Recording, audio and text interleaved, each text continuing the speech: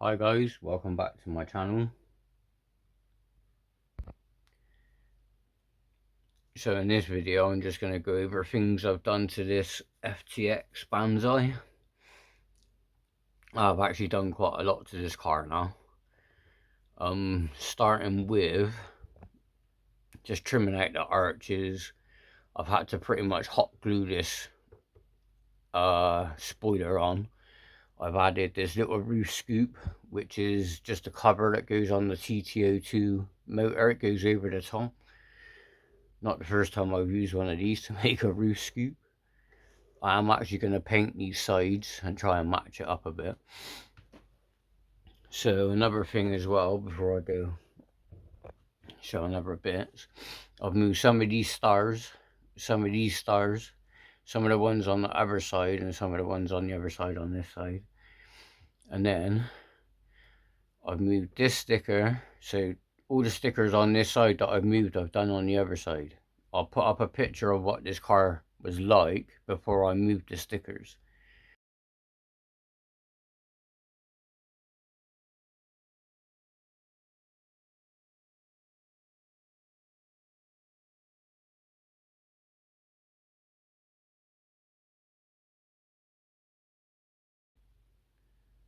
And then yeah, I moved this sticker, this sticker, this one, this one, this one, and this one, this one, this one, and this one. I don't think I really did any on the back. I have also painted, if I get out of the light. So I painted these because they're actually like kind of a grey colour on the car. So I painted these, added these monster stickers. These monster stickers are the ones that you get on the cans where you spin the lid round. You usually get a sticker on them. So yeah, that's mainly with the cosmetics and just trimming around the arches. The only thing I've got left to do is, sorry about the fingerprints all over the windows, but I've had this body on and off, is just sand around this back bumper bit a little bit, but that's not really an issue. I've done most of the stuff I needed to. So now, things I've done to the chassis. Well, right now, currently, everything I've done to this chassis is I've completely rebuilt it. I know the main reason is, it's just gone to an advert. In my video of this car running, I say that it's kind of like the wheels are catching on the body shell, causing it to like kind of like stutter a little bit. But wasn't that what was causing it?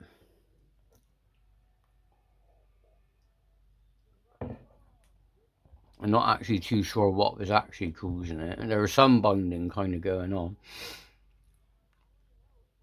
But what I did is I just bought another one of these cars. I bought another one just for spare parts. I'm glad I did,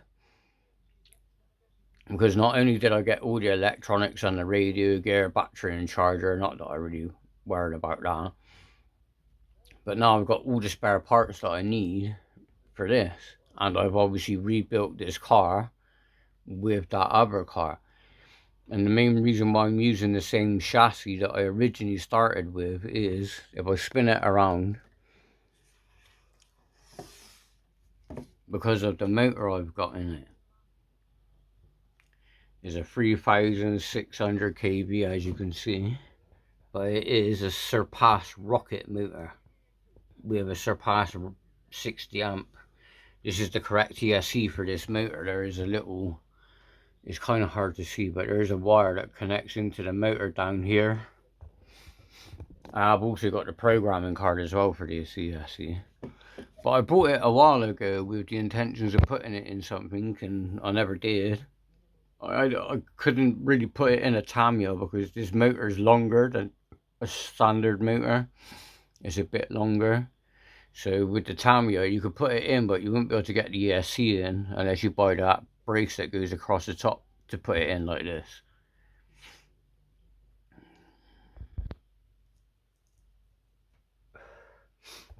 So the motor size in this is a 3660, which is why it makes it a lot better.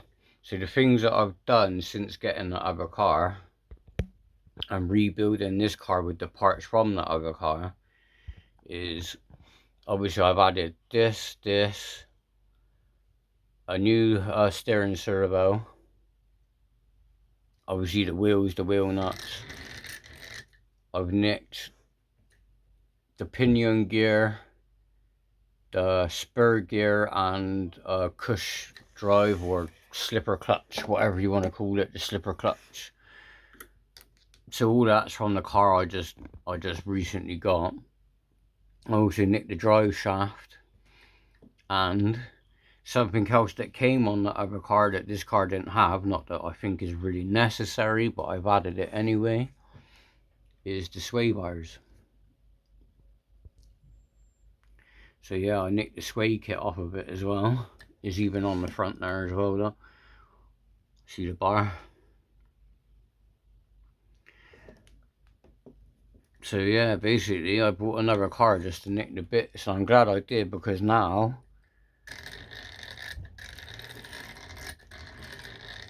you see there's no binding, it rolls. This is on a smooth surface with drift wheels, and look, them wheels are rolling. What was happening before is, even my girlfriend said, oh, what's going on there? So what was happening before is you would roll it, and then the wheels would lock, it would slide, and then start free rolling again. So I'm not too sure what was actually going on before with it before. But now it rolls as free as a bird.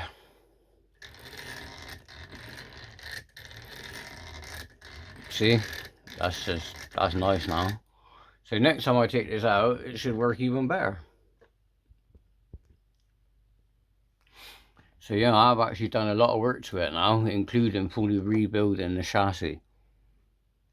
And the reason why I used this chassis rather than the chassis that it was all on, mainly was because, not necessarily these holes they put here for straps, but is this hole here, they've elongated it to fit one of these motors. So something tells me they've done this before. Oh. So yeah, that's the only reason. I could have cut that out of the other chassis, but I didn't bother. I just thought, I'll just chuck all the bits onto this one as it's already done on this one. Another thing I've had to do is, I think these are not where the original body posts go. This is where the original body posts go, and also it's been altered at the back too. Not by me though, this has been altered by someone else. I did do the front end, but the back end wasn't me. It was done, it was already done. So instead of having the body posts on the outside, they basically put them on the inside hole of where you would normally mount the shock. Not that it matters, because it doesn't actually affect anything on the car. No, it doesn't affect nothing at all. And yeah, guys, it rolls so much better now. So next time I take that out, it should be good. So yeah, that's pretty much everything I've done with the FTX, including a full rebuild. New slipper clutch, new spur gear, new pinion gear, new drive shaft. I'm not even too sure what was causing the initial problem in the first place, guys, where it like roll, jam, and then roll again. But now it just rolls now. So much better. So next time I take that out, it should be even better than what is going on here. I was hoping it would get to the bit where I could show you where I was going backwards, and you'd see it like, kind of, you'd see the wheels go and then stop and then go. I was hoping it would get to that bit whilst I was doing it, but I'm pretty sure you can see it anyway if you watch that video. So anyway, let's just move this completely out of the way actually. on the note of Cosworths, I'm going to grab my wr8 Cosworth and I'll show you what I've done to that to hopefully help it, like with the balance of the chassis and stuff. Hang on, I'll just grab it. Right, so things I've done with the wr8. As you can see now, the suspension is a bit more stiffer. G'day there, new Aussie Super Serum. For 100 hours of moisturised... Bloody adverts. Right, yeah, so I've stiffened up the suspension now on this wr8, on the Cosworth. And the main way I've done that, so I can show you guys as well, so hopefully it would improve it. Well, next time I take it out, you'll definitely find out. But I tried setting it up like this one and this one. There's a reason why the shell's off that one, and I'll show you in a minute. So yeah, what I've done is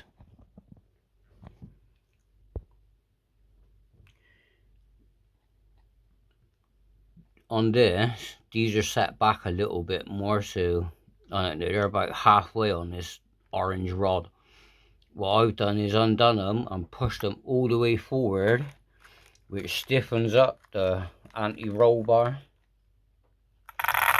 I've also done the same thing in the rear, but they're not as far up as the front, but I have pushed them, I've undone them and pushed them up further. So the further you push it towards this, the stiffer it will get. The further out it goes, the looser it will get. Out of the box, they're set about halfway. So yeah, if you push them towards where this joins, that stiffens it up a bit more. As you can see, I have got quite a lot of preload spacers on there, but now you see how it just comes back now, like at a slow rate, not at a fast rate. Another thing I did do as well, just to help with the front end, I don't think I really did it with the back, is I have to put on its side, because this bit's going to be quite hard to show you, is I've done my droop screws on the front so they are just touching the chassis. You see? I'm trying to get it so you can see the gap.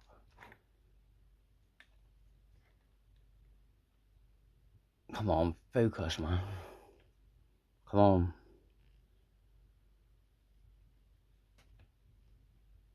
Ah, there you go. Right, there you go, see guys? So it's just a tiny little bit on the front end. I'm pretty sure. Yeah, the back end is not. Oh yeah, it is the back end as well, just a tiny little bit on the back end. So same as the front, so it's kind of just touching the chassis. There's like,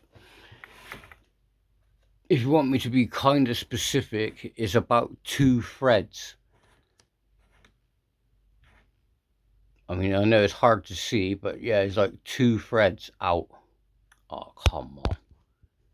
You see? I know that is going to be quite hard to see, but yeah, it's about 2 threads out. So they're just touching the chassis, basically. And then what that's done now is, you see that slow rebound? That's what you want. You don't want it to be super fast, because when the suspension's soft,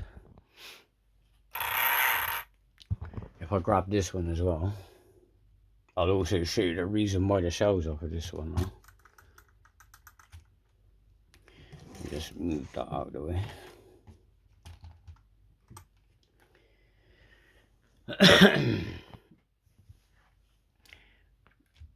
See, this one's a bit more springier, but when I put it with this car, when you push both the front ends down, they kind of come up at the same time, see? You see that? Oh, I just put my finger through bloody hole. See, they both kind of come back up at the same time, which tells me that's about right, because you've seen this car going, guys. It handles, it doesn't flip over. You've seen this car running, it handles, it doesn't really flip over. You can get it to slide. I think the two reasons, maybe three possible reasons why this car flips out the box. One is obviously because the suspension is really soft. The second reason, I believe, is down to the tires ballooning, because they balloon quite bad. And the other reason, possible, and I'll have to explain this one once I show you the reason. So in the other wr8s, you don't have these little bump stops. What the hell's that? I don't know, I've got something on my finger here, guys. I don't know what I am. So yeah, just inside the shock there's a bump stop. So I'll tell you what happened with that. When the suspension's soft out of the box and your shock goes down, when it hits that, because it can't travel no further, it causes the chassis to, see, to do the tripod effect.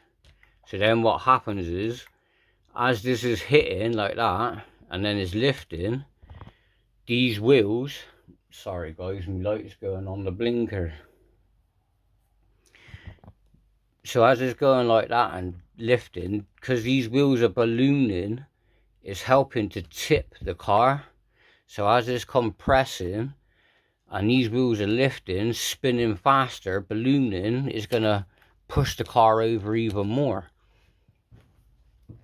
So I think that that is the three problems that cause this car to dive over the way it does. It's the tires, the soft suspension, and possibly these bump stops at the bottom, because the other wr8s do not have them bump stops.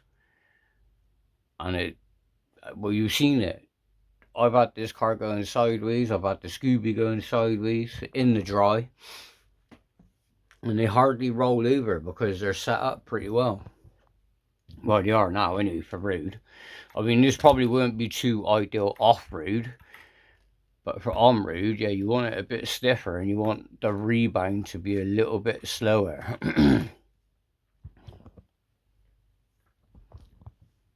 See, it's not the return of the spring, it's the actual like the shock, the fluid, what controls, basically that's what controls that rebound, is the fluid inside. But I haven't changed the fluid, guys. This is still stock fluid. It's stock fluid in this car, and it's stock in the Scooby as well. So like, I haven't changed none of that. But all I've done is just these little simple little chassis setups, and you'll find that it should handle a lot better. So now this is set up the way it is, it should handle like this, and it should handle more like that Scooby. But I guess we'll see that in another video.